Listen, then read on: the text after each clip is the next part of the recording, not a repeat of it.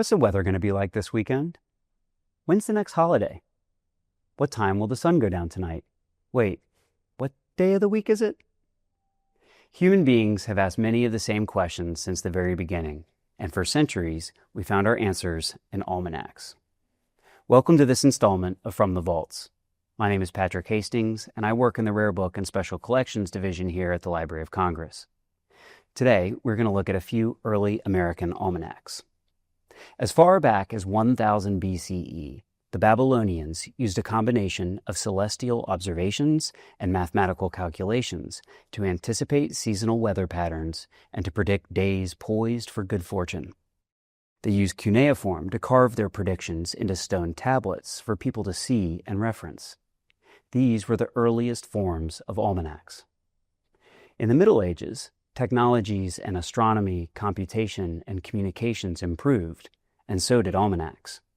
By the early 1400s, almanacs contained monthly calendars, astrological diagrams, predictions of eclipses, and dates for major religious feasts. These medieval almanacs were written on vellum and were folded up into a compact format that could be attached to a belt so that a farmer, doctor, or traveler had it handy for quick reference. As soon as Gutenberg's innovations in the printing press and movable type appeared in the 1450s, people started printing almanacs.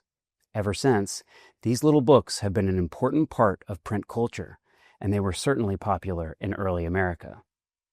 The first almanac printed in the North American colonies was William Pierce's 1639 Almanac Calculated for New England, and the industry exploded across the colonies from there. In short order, almanac sales in colonial America reached the hundreds of thousands, more than the sales of all other types of books combined. While an almanac writer could add some local color or regionally specific information, the form and content of almanacs were more or less standardized. An almanac's weather predictions helped farmers plan the planting and harvesting of their crops. If the almanac predicted a late April freeze, a farmer might adjust his planting accordingly. Readers also expected to find in their almanac a list of days when state and local courts would be in session, which lawyers and other citizens needed if planning to bring an issue before a judge. Almanacs included charts related to the timing of high and low tides, which were useful to sailors and fishermen. Another standard feature was an illustration of the zodiac man to aid physicians. This was still the era when bloodletting was standard medical practice, so doctors consulted almanacs to align their treatments with the locations of stars and planets. Many almanacs included a chart for calculating interest on loans, which was helpful to people conducting business in the complicated British currency of pounds, shillings, and pence. The writer of an almanac bore a heavy burden of responsibility to ensure that the calculations were correct in charting the locations of the moon, planets, and other celestial bodies for each month. This resource was especially crucial for sailors who used this data as a reference in determining their longitudinal position at sea.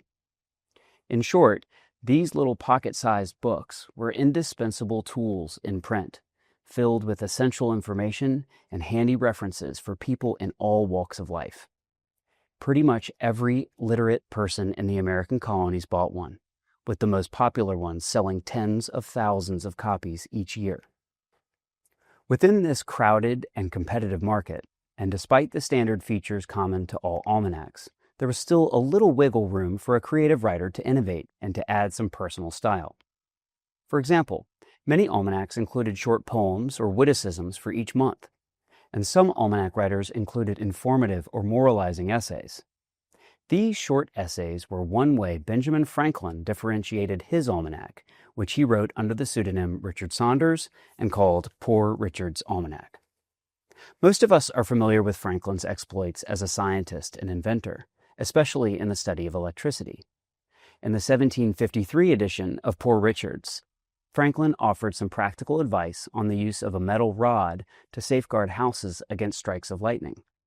His design describes an iron lightning rod with one end buried a few feet in the ground and with the top end protruding 6 or 8 feet above the highest part of the building.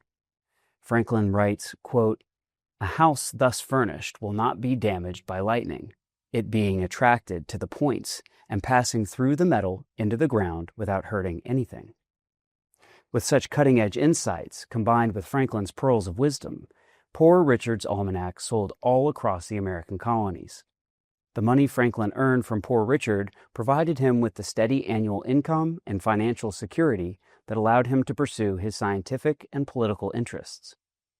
But the story of how Franklin cracked into the almanac market in the first place deserves a little attention.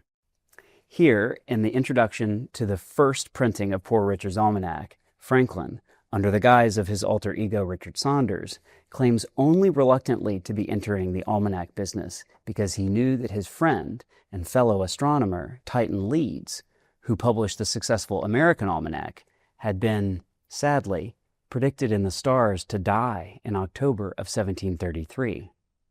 In memory and honor of the loss of his dear friend Titan Leeds, Richard Saunders was serving the public good by replacing the American Almanac with his own calculations of equal merit and reliability. Of course, this whole thing was a hoax. Titan Leeds was alive and well. But this clever ruse helped Benjamin Franklin steal a rival almanacker's readership, building his business on the fake news of a competitor's death. Another innovation that some almanackers tested was the inclusion of blank pages to allow the owner to jot down personal notes or records, like a monthly diary or journal. This 1762 Virginia Almanac, for example, included blank pages opposite the calendar for each month. And these fastidious notes were penned neatly by a diligent 30-year-old farmer named George Washington. He tracks his planting, he notes the weather, and he details improvement projects to his home at Mount Vernon. His characteristic precision comes through in this note that he scattered, or rather sprinkled, some timothy seed. Because the printer of this almanac included these blank pages, we can learn a little bit about George Washington as a careful, responsible farmer before he was the leader of the American cause of independence. Early American almanacs were avenues to success for their writers and essential tools for their readers. Today, we can explore them as fascinating artifacts from our nation's earliest days. Thanks for joining us for this installment of From the Vaults. If the stars align, we'll see you again soon.